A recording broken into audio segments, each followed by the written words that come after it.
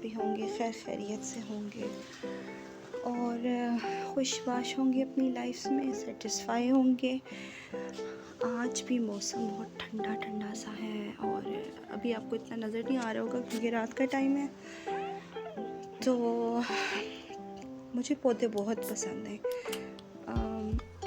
इस हद तक तो नहीं कि मैं इनको टाइम दे सकूं, लेकिन ये है कि मैं पसंद मुझे बहुत है। ख्याल जो है वो बच्चों के बाबा ज़्यादा इनका ख्याल करते हैं। तो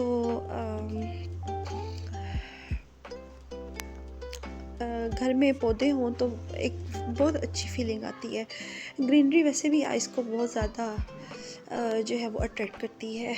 और आज मैं बिल्कुल फ्री टाइम नहीं मिला, काफ़ी बिज़ी रही हूँ।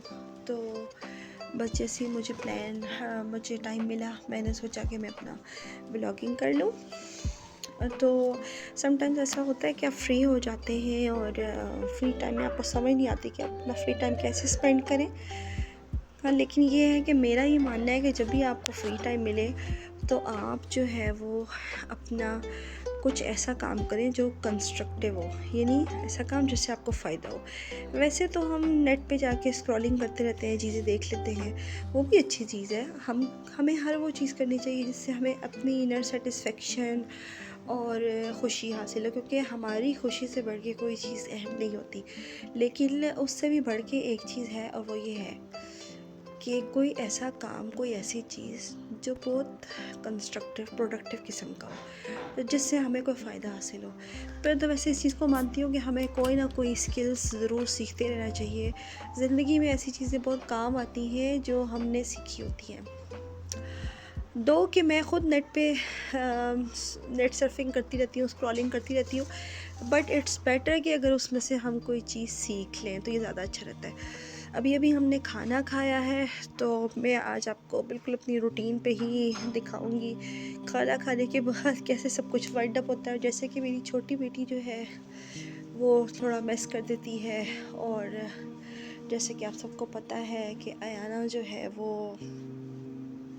अभी बोलती नहीं है और उनके कुछ बिहेवियरल इश्यूज़ हैं। तो अयाना के लिए चीज़ों को अभी सेटल रखना और मेस क्रिएट ना करना थोड़ा सा मुश्किल है, लेकिन हम अयाना को एजुकेट करते रहते हैं। और मैं अपने बच्चों को भी एजुकेट करती हूँ कि अयाना को हमने सिखानी है चीज़ें, अयाना को हमने अपने साथ लेके चलना है। सबसे बड़ी बात ये होती है कि आपने ऐसे बच्चों को अपने साथ लेके चलना होता है, क्योंकि वो हमारी फैमिली का और हमारे घर का हिस्सा है। अगर हम उनको अच्छे तरीके से एक्सेप्ट करेंगे तो फिर ही ये सोसाइटी भी उनको अच्छे तरीके से एक्सेप्ट करेगी। मौसम आज बहुत प्यारा है, इस लिहाज से कि धुंध बिल्कुल नहीं है, क्लियर है। तो चलते हैं, खाने का मेस देखते हैं और उसको क्लीन अप करते हैं और फिर दोबारा आपसे मिलते हैं। किचन भी सारा ही बिखरा हुआ है। ओह ये अभी सेट करने वाला है, तो बिखरा हुआ है। एनी हाउ किचन बिखरते भी हैं वंस कि आप कुक करते हैं और खाना बनाते हैं। तो अभी इसको हम वाइंड अप करते हैं।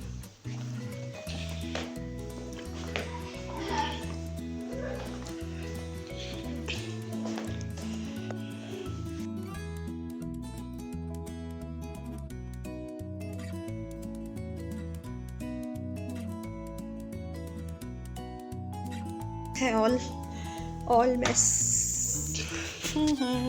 अभी करते हैं। मॉर्निंग में किया था। मेरी मेड जो हैं वो सिर्फ क्लीनिंग करती हैं, ब्रूमिंग एंड सरफेस क्लीनिंग करती हैं, जिसको कहते हैं पोछा लगाना।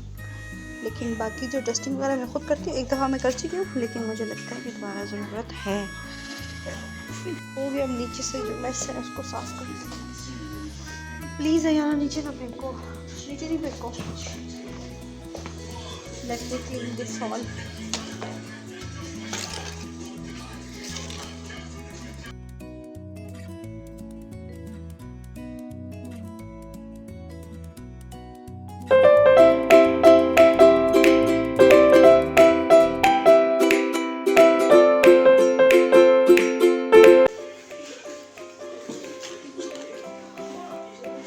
अब क्या निकाल रही हो? नीचे रैपर्स नहीं फेंका, आपने इसको डस्टबिन में फेंकना है, ओके? ठीक है।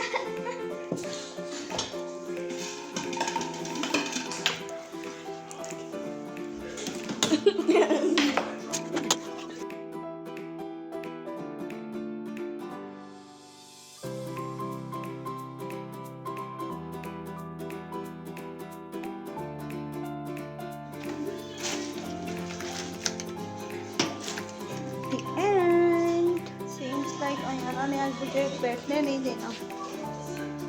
By the way done. पहले मेरे पास होती थी एक फुल टाइम बच्ची जो मेरे इस तरह के कामों को वाइंड अप कर देती थी, बट द थिंग इज के हाँ, कभी वो होती हैं, कभी भाग जाती हैं, तो खुद भी करना पड़ता है। एनी हाउ, ये मेरा फेवरेट काम है सेटिंग करना, फेवरेट काम करती हूँ। आज मैंने काम वाली फिर सफाई वाली छोड़ के कपड़ों वाली भी हटा दी और बर्तन वाली भी, बिकॉज मुझे लगता है कि मैं ये दोनों काम खुद ज़्यादा बेहतर तरीके से कर सकती हूँ। सो ये किचन, ये बिफोर है, अभी मैं आफ्टर दिखाती हूँ। मिलते हैं ब्रेक के बाद, इसको वाइंड अप करने के बाद। Most done. हाँ, मुझे याद है यहाँ पे मैं काम करती थी तो मेरे लिए डिश वॉशिंग लेफ्ट, जो कि मैं स्टार्ट करने लगी हूँ। फिर मैं आपसे मिलती हूँ। Stay tuned. मैंने प्रॉपर्ली खाना नहीं खाया, उसने मुझे कहा कि मुझे नूडल्स खाने हैं साथ एग बॉयल, तो मैं बनाऊँगी एग बॉयल नूडल और साथ बनाऊँगी अपना कप ऑफ टी। बस मेरे पास 4 है। Yes I think 6। मेरे पास 6 है, तुम्हारे पास फिर भी 6 है।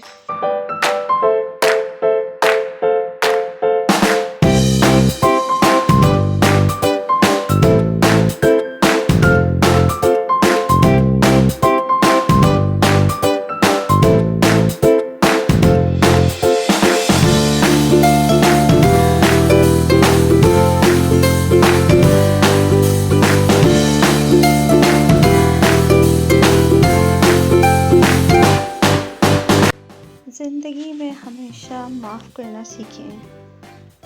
फॉर द टाइम बिंग आपको फीलिंग आती है कि मेरी गलती ही नहीं थी, क्यों माफ़ करूँ मैं, गलती तो दूसरे की थी।